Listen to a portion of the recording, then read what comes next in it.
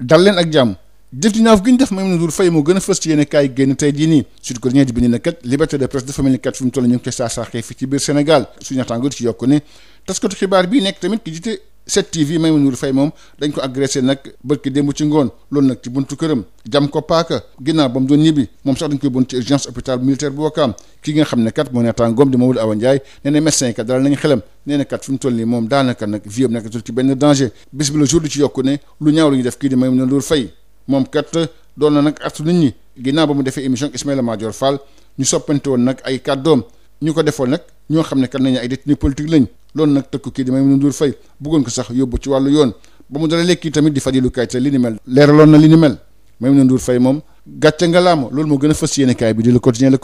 suñu naataango ci yokk li njiitu réew Macky Sall moom yëkkati na ay kàddoom nee na kat liberté de presse moom dañ ko war a sàmm bu baax a baax kii di Amadou Ba jiite jëwriñ moom ne kat ki ko def dañ ko jàpp jébbal ko yoon ci yéene kaay bi di Quotidien national Le Soleil ba tey njiiti réew mi ñaawlu bu baax li nga xam ne kat dal na ci kaw Maimouna Ndour Faye nee na kat ki ko def dinañ ko jàpp jébbal ko yoon politiciens yi tamit dañoo ñaawlu dal ci kaw Maimouna Ndour Faye muy directoire campagne bu Amadou Ba coalition Khalifa président ki jiite grand parti coalition Diomaye président candidat Aliou Mamadou Dia Aminata Touré yëkkati ay kaddu ñaawlu li nga xam ne kat moo dal ci kaw Maimouna Ndour Faye ci yéene kaay bi di 24 heures Mamadou Ibra Kane bu CDEPS moom yëkkati ay kaddu nee na kat lu ëpp tuuru yi kat Sénégal war nañ ci jóg taxaw temm mbirum ñëpp la rawatina ñi nga xam ne kat yu nekk taskatu xibaar yi ndaxte kat mars atum 2021 ba léegi nag bés bu nekk ñu saax-saaxee taskatu xibaar yi moo tax bés bi la jour ci yokku ne démb kat ci kanam 7TV taskatu xibaar yi kat bëri woon nañ fa lool ngir rek ñaawlu li nga xam ne kat moom moo dal ci kaw Maimouna Ndour Faye seen bëgg-bëgg leen rek la fexe nag mu nguuru Sénégal jàpp ki nga xam ne kat moo def li ne mel laas di ci yokku ne am na juróom benn kuréel yoo xam ne dañu jóg di sayt ak yelleefi doomu aadama kat génn nañ benn communiqué ngir rek ñaawlu li nga xam ne moom moo dal ci kaw Maimouna Ndour Faye yéene kaay bi di Libération di fësal ne enquête bi nag dénk nañ ko section de recherche bu gendarmerie bu Colobane suñu naata ngir ci yokku ne kat def katu ñaawteef boobu kat ñetti yoon la jam kii di Maimouna Ndour Faye ba mu jëlee saak ba nag piste d'identité rek la fa daal di bàyyi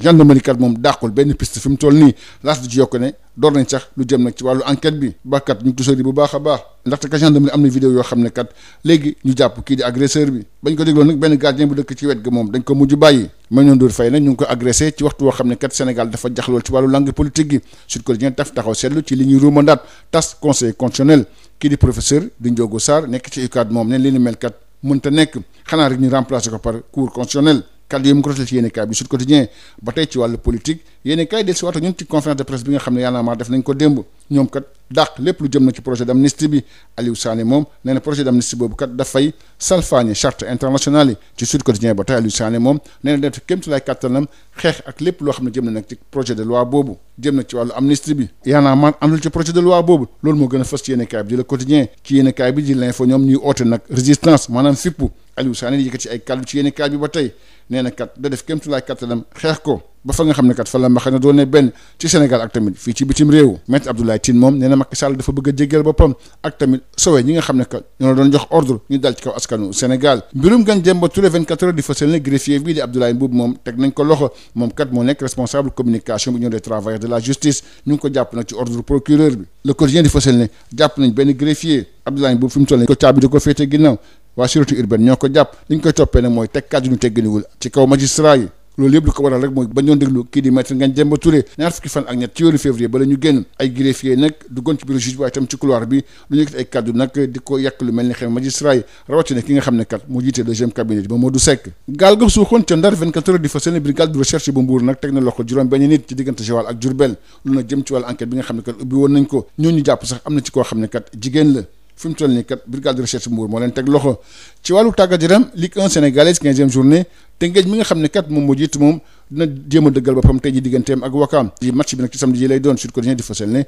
Wakaam nag ginnaaw ba ko Pikine duma yi mekk ñeenti bal ci dara war na rëccantiku nag tey ji digganteem ak Teungueth FC ci jogante boo xam ne kat ci diggante nag lébu yi lay doon beneen match bi di am ci diggante Jaraaf ak Dakar Sacré-Cœur Jaraaf ak Pikine kat seen bëgg-bëgg leen rek la jël place Teungueth FC loolu moo gën a fës ci yéene kaay bi di Quotidien national Le Soleil Teungueth FC kat ñu ngi koy xaar ngir mu dëggal boppam digganteem ak Wakaam loolu laas moo ko ci yokk ci wàllu lamb sunu lamb dañuy xamal ne Gaston production moom tëgg na nag ñaari combat yu mag a mag Reug Reug ak Boy Niang waaye tamit Jackson ak Lac Rose combat bu njëkk bi dinañ ko amal benn fan ci weeru janvier atum 2025 bi ci des nag war nañ ko amal nag ci njeexteelu saison bi ba ñu dégmal si bés bi le jour ji ci yokku nag Reug Reug mi daanoon Bombardier ñaar fukki fan ak ñeent ci weeru décembre nag dina jéem a nag utaat ñaareelu ndam ci ñi nga xam ne kat ñooy VIP ci wàllu làmb ji waaye nag def ndànk ndaxte kat Boy Niang moom ko jar a bàyyi xel la mbokk yi jaa ngeen jëf beneen incha allahu rabbi. Bonjour à tous. L'agression sauvage de la journaliste Maïmouna Ndour Faye est le principal sujet développé dans les journaux ce samedi. La liberté de presse en danger, c'est le titre qui barre la une de Sud Quotidien. Mon confrère explique, la journaliste et directrice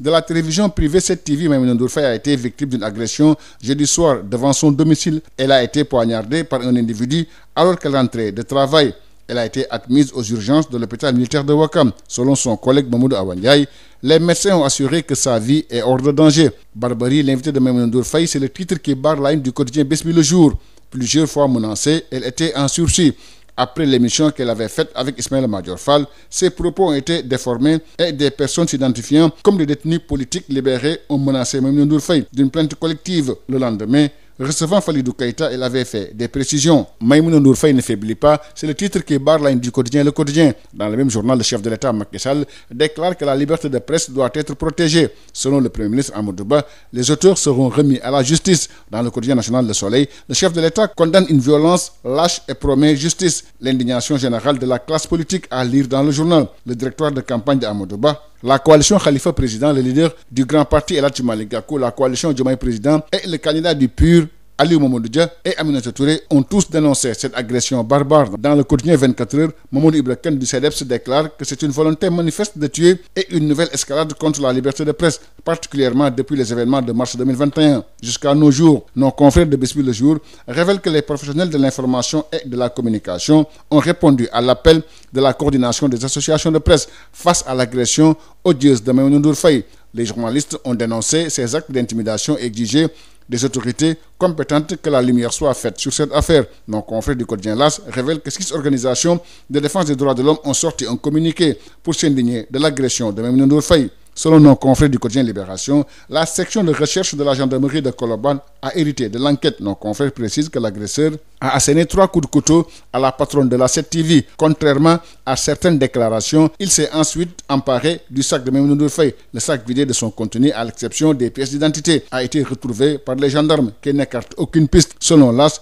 des auditions ont été entamées et tout porte à croire que l'auteur des faits sera bientôt arrêté, car la gendarmerie a à sa possession des vidéos qui pourraient confondre l'agresseur. Entendu par les enquêteurs, le vigile d'une maison d'à côté a été finalement relaxé. Maïmouna Ndour Faye a été agressée dans un contexte sociopolitique tendu. Sud Quotidien s'arrête sur l'hypothèse de la dissolution du Conseil constitutionnel. Selon le professeur Ndiogou Sarr de l'UCAD, le président ne peut ni révoquer le mandat des membres ni supprimer cette institution, à moins de créer la Cour constitutionnelle. Toujours en politique, face à la presse hier, le mouvement Y en a marre a rejeté catégoriquement le projet d'amnistie. Selon Alioune Sané, ce projet d'amnistie viole les chartes internationales. Dans Sud Quotidien, le coordonnateur du mouvement Y en a marre s'engage à combattre ce projet et se défend d'être la monnaie d'échange pour le projet d'amnistie. Y en a marre contre le projet d'amnistie, écrivent nos confrères du quotidien. Le quotidien Y en a marre sonne la résistance, c'est le titre qui barre la ligne du quotidien L'Info. Alioune Sané déclare dans le journal, je cite, « On va se battre pour que cette loi ne passe pas. Nous allons faire tout ce qui est possible au niveau des juridictions nationales et internationales. » Selon Maître Abdoulaye Tine, Macky Sall cherche à s'auto-amnistier et à sauver les donneurs d'ordre concernant les crimes et répressions. Affaire Ngagne Demba Touré, selon 24 heures, le greffier Abdoulaye Mboup, responsable de la communication de l'Union des travailleurs de la justice, a été arrêté par la sûreté urbaine sur ordre du procureur. Première arrestation chez les greffiers, écrivent nos confrères du quotidien. Le quotidien, Maître Abdoulaye Mboup placé en garde à vue pour outrage à magistrat, violence à magistrat et discrédit sur une décision de justice, écrivent nos confrères du quotidien LAS. Cette action de justice fait suite aux incidents survenus lors de l'audition de Maître Ngagne Demba Touré le 23 février dernier. Certains greffiers dans le bureau du juge et le long du couloir auraient tenu des propos outrageants à l'encontre des magistrats, en particulier du juge du 2e cabinet, Mamadou Seck. Chavirement d'une pirogue à Saint-Louis, selon 24 heures, la brigade de recherche de la gendarmerie de Mbour a arrêté 6 individus entre Joal et Diourbel dans le cadre d'une enquête ouverte suite à la mort de plusieurs personnes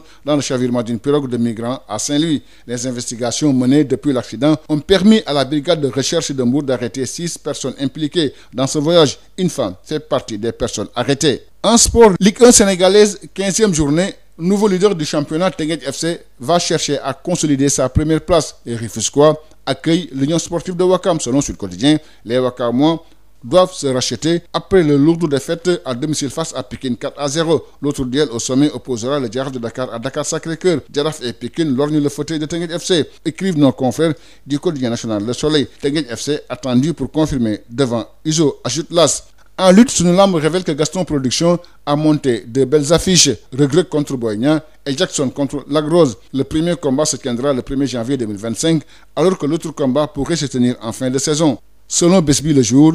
le tombeur de Bombardier le 24 décembre dernier, Reug Reug visera un deuxième succès de rang face à un VIP, Boy Niang, l'un des meilleurs tacticiens de l'arène sénégalaise. Merci, c'était tout. À vos journaux et bonne lecture à tous.